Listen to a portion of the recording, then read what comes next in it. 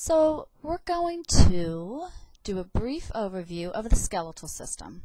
And here's the deal. By brief, I mean major topics. This is not a substitution for attending lecture or recitation or lab.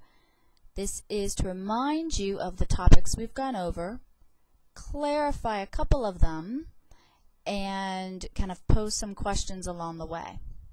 You'll see that the PowerPoint I'm using is similar to the one we've used in class, only it's been edited for the purpose of review. We began talking about the skeletal system in terms of function, and we listed several functions, in fact 5, for skeletal system tissues, and then we talked about each of those 5. So you should have a good in-depth understanding of support. What does support mean in terms of the skeletal system? What does that function entail? Why is this supportive?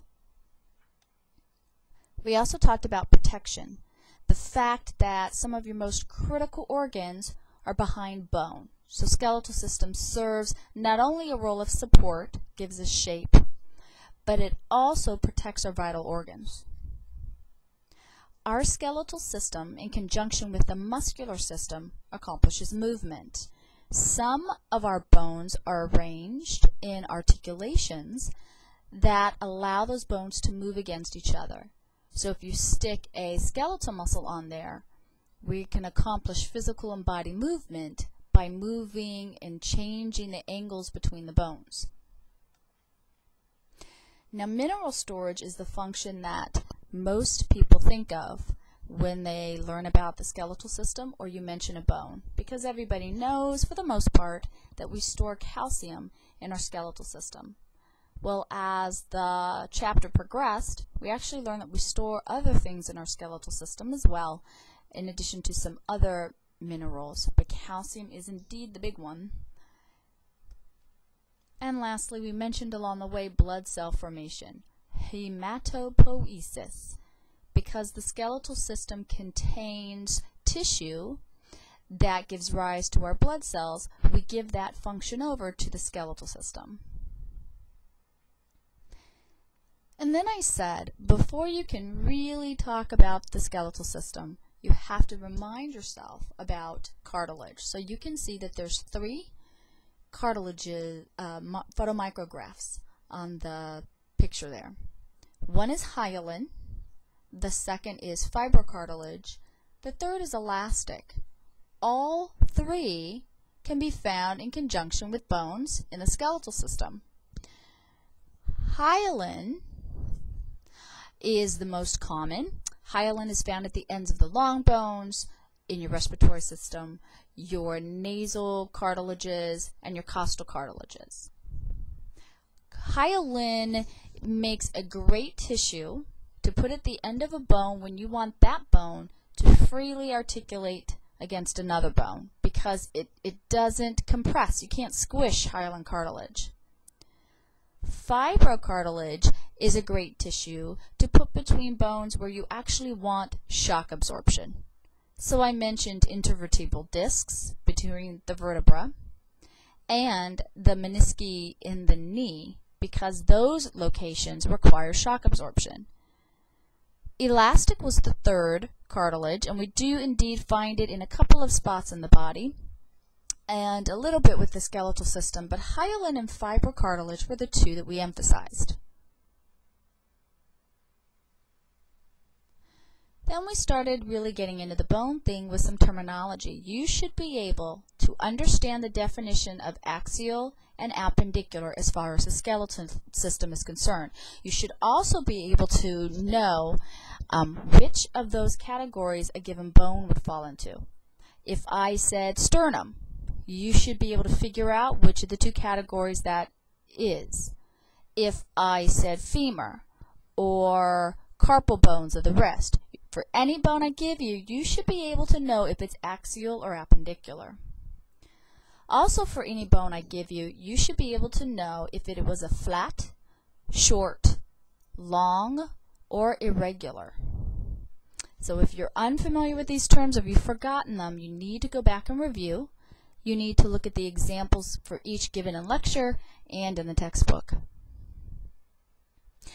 Then again, we started looking at anatomy. But we began by focusing on long bones. Now these are copied right out of our lecture presentation. However, you've noticed I've eliminated the labels. So in a second, I'd say you should pause right here and see if you can label all the identified structures. You should be able to find where the compact versus where the spongy bone is. Where is the bone marrow, and what type of bone marrow can you see in these pictures? You should be able to label all cavities and canals. You should be able to label that whitish tissue on the outside of this bone. You should be able to label any holes you see, any fibrous structures you see. You should know where the hyaline cartilage is and what we call it. You should know what we call an end, what we call a shaft, and how you tell the difference between the two ends. You should also be able to find here epiphyseal line, and you should be able to answer the following questions. Can you see an epiphyseal plate? And if not, why?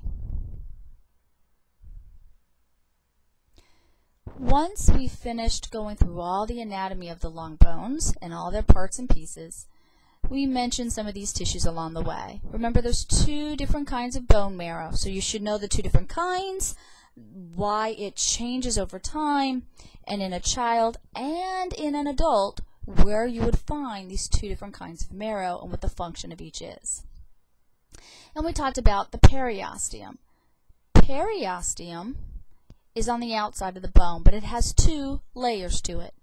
The most superficial layer away from the bone was the dense connective tissue. That one resists outward expansion. That one helps us later, should we fracture a bone, to keep it lined up.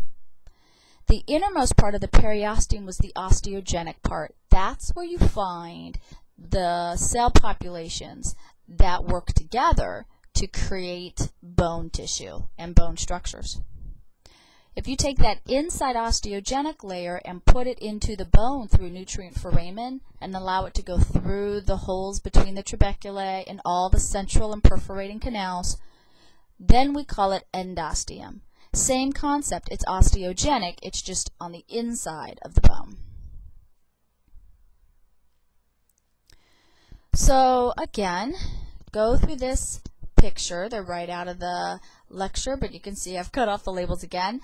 And each time you see new words pop up, pause the screen and be able to point and identify where you would find these structures. So on these two pictures, you should be able to know where the osteons are, what they are, what the definition of osteon is, and why they're there. You should also be able to find lamella. Same thing. Not only could you find lamella, but can you tell me what it is made of and what its function is? Same for lacuna, canaliculi, central canals, and perforating canals. You, on this picture, should also be able to find concentric lamella and interstitial lamella, and maybe circumferential lamella. If you don't see the circumferential, take your finger and trace over where you would expect to find them. And you should also be able to show me where the compact versus the spongy tissue is, where the trabeculae are and what they are, and that funky word diploe, what does it go with? So again, take a second, pause this slide, and be able to find all of these objects. Tell yourself what they're made of when applicable, what their functions are. Now hopefully you took my advice. There's a reason I said to do that.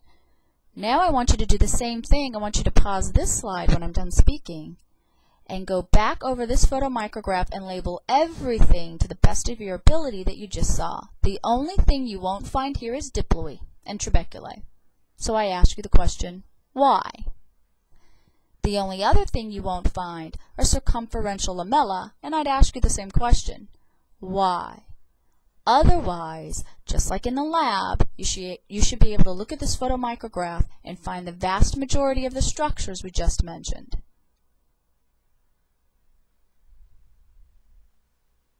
Again, hopefully you took my advice. Now, after all of that anatomy, we moved on to what bone is made of. We talked about organic components. There's 3 populations of cells that work together for bone tissue. We also talked about the fact that you're going to find a ground substance in here called osteoid, so you should be able to tell me which cells secrete it and what it's made of. Bone matrix also has collagen in it, which is protein, so that's organic. And then we talked about the inorganic component of bone in terms of a salt crystal. It's a calcium phosphate salt crystal with the name hydroxyapatite. And so you should be able to tell me what cells secrete it, when they secrete it, and the function of it. What property does that calcium phosphorus crystal give bone? What would happen to a bone if it lost its inorganic component? Or what would happen to bone if it lost its organic component? Well, all of that anatomy and component and cell conversation led us up to the physiology, really, of talking about all of these different processes of bone. I began by saying osteogenesis is bone creation. That's when you start with nothing and you end up with a bone. Ossification is part of osteogenesis. Ossification says, take a matrix that already exists and turn it, or reform it into osseous tissue. Remodeling is just that. Remodeling says, take a bone and alter its shape, or alter the shape of some structures on that bone. And lastly, repair is when you break a bone, how do you repair the damage? How do you fix the damage so that you have a functional organ again? So for osteogenesis, we looked at 2 processes briefly. Endochondral is how we make long bones. And I said, it's not an objective, but I want you to understand its basics. Endochondral starts by forming compact bone on the outside first, and then spongy bone on the inside last. It begins with a cartilage model, cells that created a hyaline cartilage structure. That's the matrix that we're going to convert into bony tissue. Then we make compact layer on the outside, on what's going to become the diaphysis. That's called the bone collar. I talked about the fact that the presence of this bone collar will affect the cartilage and the cartilage matrix inside this model. Then we create spongy tissue on the inside, and the ability to do so was related to the effect of making a bone collar. The diaphysis is always formed first, and then the epiphyses are formed second. And in endochondral formation, you don't complete it. The entire cartilage model does not become osseous tissue. We leave behind cartilage in 2 places, at the epiphyseal plates and at the articular ends of the epiphyses. Intramembranous was the process we used to make flat bones. Intramembranous starts with a fibrous connective tissue membrane. Cells migrate in and lay spongy bone down on the inside first. Then compact is laid down on the outside last. So in that regard, it's the exact opposite of endochondral. So we begin with the fibrous connective tissue membrane. Cells migrate in to lay spongy bone down on the inside of that membrane. Once that's completed, or near completion, then cells line up on the outside of the spongy and they lay compact bone down. By the way, the periosteum is the membrane that's left behind in this flat bone, and then we have to form the periosteum for a long bone. But it happens very similarly in the endochondral. When we had the cartilage model, there was a layer of connective tissue around it that becomes the periosteum.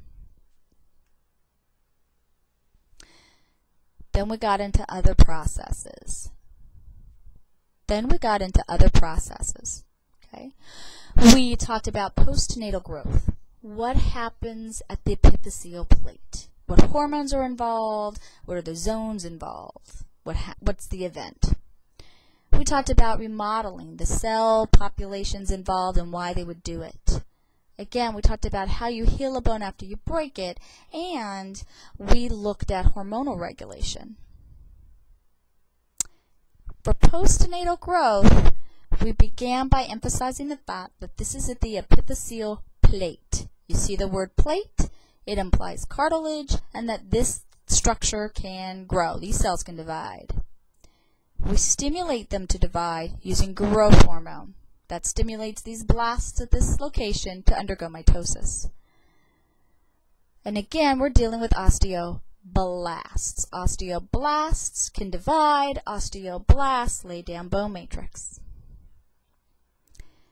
When this process gets going, it occurs in zones. There was a growth zone, a transformation zone, and an osteogenic zone. You should be able to know what the 3 zones are and the events taking place in each.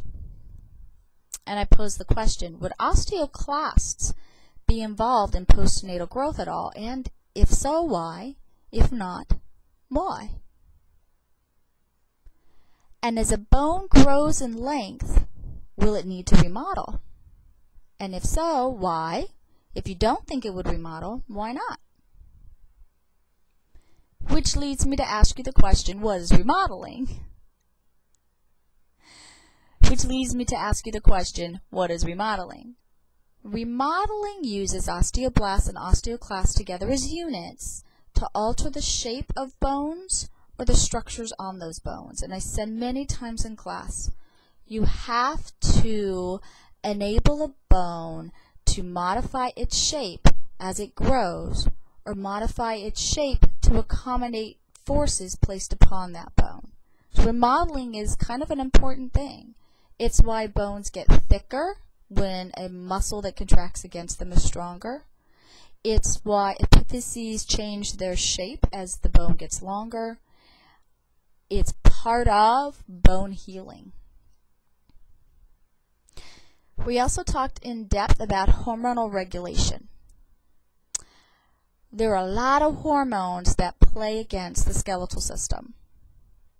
Growth hormone came up. Remember, growth hormone stimulates mitosis of the cells in the epiphyseal plate. But so do estrogen and testosterone when they first begin to rise. And we had a lengthy discussion about why they initially stimulate growth and then how they turn to the exact opposite effect when their levels get really high, how they end up stimulating the closure of the epiphyseal plate. After estrogen and testosterone are high, after that epiphyseal plate closes, we now have an epiphyseal line. So those 2 hormones have a huge effect on the skeletal system. I also mentioned testosterone is anabolic, so testosterone tends to make some structures bigger or thicker. We said that the male skeleton is more dense than the female, and a lot of the structures are indeed different. They're a little bit bigger in males than in females. Then everyone was horrified to look at their drink bottle and the ingredients list. We talked about calcitonin and parathyroid hormone. Which of these 2 hormones is secreted by the thyroid gland when calcium levels are high? What would the target cell be? What would the response be? Excuse me. Which of these 2 hormones is secreted by the parathyroid gland? That should be obvious. What stimulates its production? What's its target cell? What is the end result? So that was the emphasis, the big overview of the skeletal system. Okay, when we finish articulation system, I'll do the same thing. I'll post a little overview. And we'll do that as we move to the end of the semester. Remember, it's not a substitute for being in class. And I'll tell you right off the bat, a lot of the ideas I get for test questions come from class. And so you should, make the concerted effort to make it to class. If there's anything that we went over that you've forgotten about, that you don't understand in depth, that you couldn't get a practice question on right now and be able to work your way through the practice question, you should go back to the objective that relates to it, open up that textbook, do some rereading. You should also send me an email and ask me for clarification.